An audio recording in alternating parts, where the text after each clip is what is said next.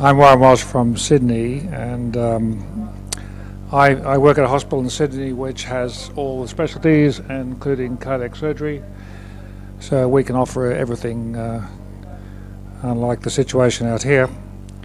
I work out here in Central Australia doing cardiac clinics on a regular basis. I just want to show you a couple of cases. I've actually put 3 here. I don't know how much time we're going to have, but they're all cases I've been involved with in recent times,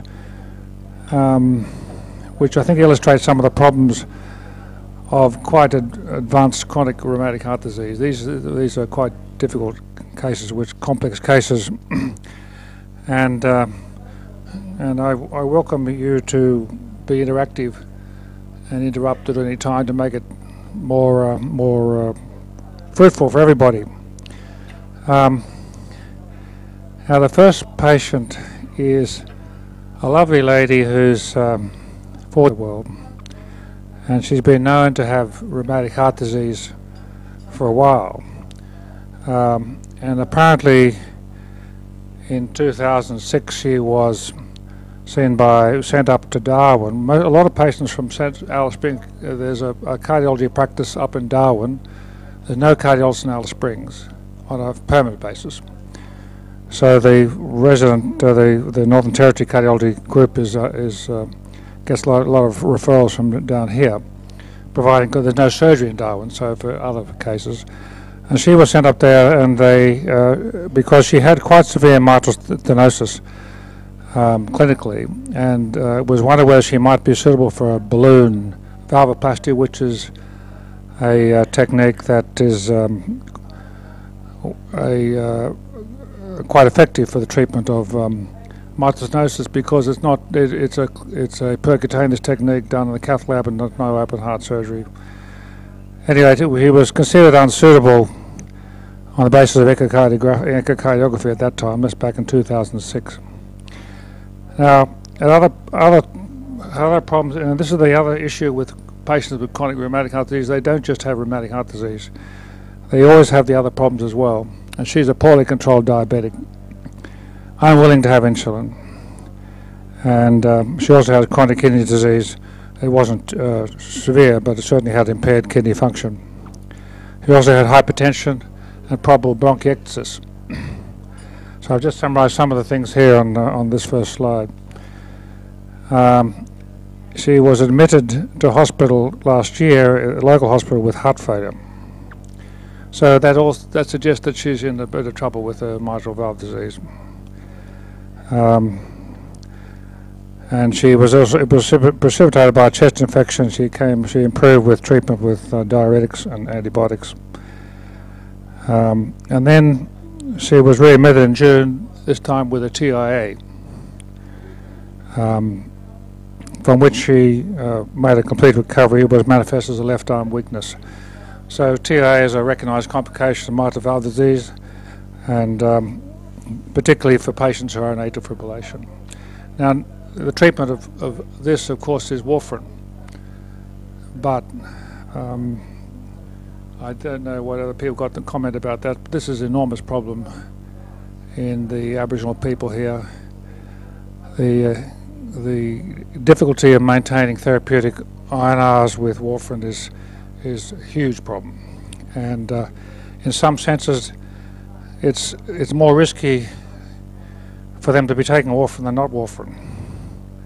Despite the fact this patient's got strong indication, she's got mitral valve disease, she's had TIA, and we would say, of course she needs warfarin.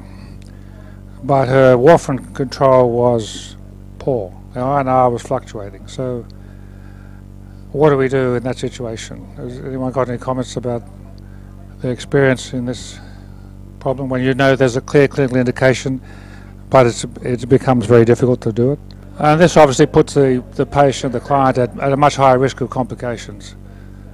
And because this is evidence-based care, isn't it? Warfarin therapy for this situation. And this is a not uncommon problem in Aboriginal people in this part of the world. There are some patients, individuals who do well, but a significant number don't. I think the question of warfarin is very similar to penicillin, because the barriers, the things that cause problems with penicillin prophylaxis, like mobility of the population, the lack of recall systems in place. These are barriers for warfarin, for INR and warfarin management, as well as penicillin, and that's one of the issues that. And I think a lot of the problems that I don't know whether all the communities have got point of care INR machines now. Have you got one? I mean, they've been around for years, available, but they should. Every community should have it. I mean, there's a cost for these point of care INR machines. There's a cost. There's the reagent cost and the maintenance cost and so on, and that's another barrier.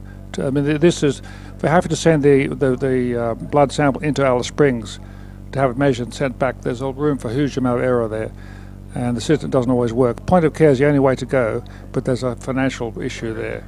And so this is another huge barrier. If you're talking about people with mechanical valves and things like that in these communities, where warfarin management is so important, we've got all these issues. This is an ongoing problem which we need to fix. So there's we did echo. I showed a picture of the showed moderate to severe mitral stenosis, mitral valve area 1.2 centimeters, so it's very significant. Mild to moderate mitral regurgitation, mild to moderate aortic regurgitation, and quite high. You see pulmonary artery pressure 65, so that's very high. So this woman's symptomatic. She's been in heart failure.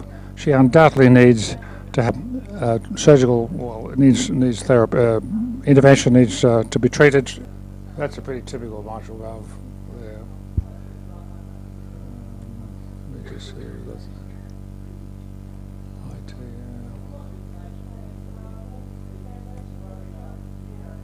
We've got the wrong.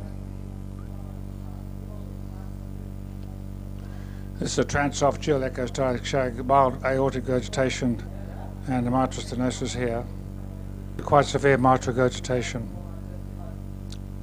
We've got here a patient who has very severe mitral regurgitation. The lady we're talking about was severe mitral stenosis.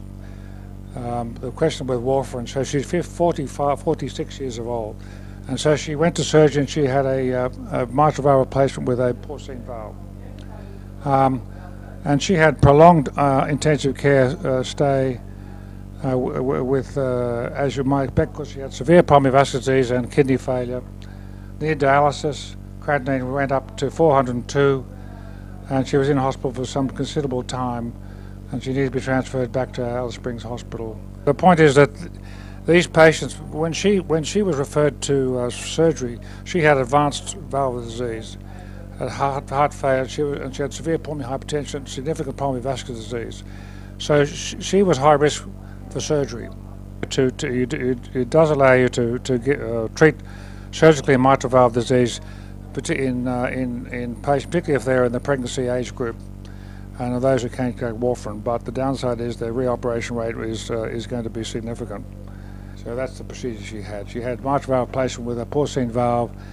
They also had a MAGE procedure, which is a way of trying to manage atrial fibrillation. It's a radiofrequency ablation of around the pulmonary veins, and this can often restore sinus rhythm in patients who have a paroxysmal can maintain sinus rhythm. Patients who have who have atrial fibrillation. So that's a combination therapy with mitral valve, which has been quite effective. In her case, it wasn't so effective, and she needed to have a pacemaker, and that's one of the complications of major procedures. Sometimes they end up with sinus bradycardia, and she ended up having a permanent pacemaker, but that's okay. She had a dual chamber pacemaker, and not a big problem for her. She had moderate, but we didn't think it was severe enough to deal with at that time. This reoperation is certainly technically more challenging, and it takes longer, but most of the time it can be achieved with an operative risk no greater than the first operation now. So she has to be monitored very closely because her valve may start to deteriorate over time. In the next 5 to 10, 15 years, she needs to have regular echocardiography examinations. And if she ends up, the way the valve degenerates usually is it becomes regurgitant. To have degenerate. But the downside of the mechanical valve is the need for lifelong warfarin. I mean, I think this illustrates one of the one of the problems in looking after these people. And one of the things I've been arguing against for a long time is that doctors who aren't so experienced in rheumatic heart disease see these people. They say they have few or no symptoms. And they say, fine, we'll see you again in 6 months or whatever. And that's just going on symptoms is highly unreliable, particularly if they haven't got echo. Many people haven't had echo, and so they haven't had that reliable. Okay. So that is a problem, and because they're claim to be quite good. And even if they have an echo and everything looks reasonably stable, if they don't have symptoms, people just tend to treat them conservatively. The fact is, in this situation, she had all the high-risk features. She had particularly pulmonary artery pressure over 50 systolic, which is very high. And when you see that, you should know that despite the fact they deny symptoms or they say they've got minimal symptoms, you really need to interfere much sooner. And this patient should have been referred much earlier. But I assume my only consumption is that because she was feeling okay, that people didn't refer her. And that is where we make a major mistake in managing chronic rheumatic heart disease. We need to be seeing them much earlier, and we need to be seeing them in conjunction with the surgeon much earlier. With the surgeon, we may decide not to do something, but at least having that surgical opinion is enormously advantageous. And that's one of the good things about the Darwin situation, because the cardiac surgeons from Adelaide actually come up to Darwin and review a lot of the cases in Darwin, but it doesn't happen in Alice Springs, unfortunately. Let me just try and, let's see if this one works. Just quickly, this is another problem boy. I just wanted to, he had rheumatoid stenosis, and he's also known to have poor LV function. It's not clear why this should happen.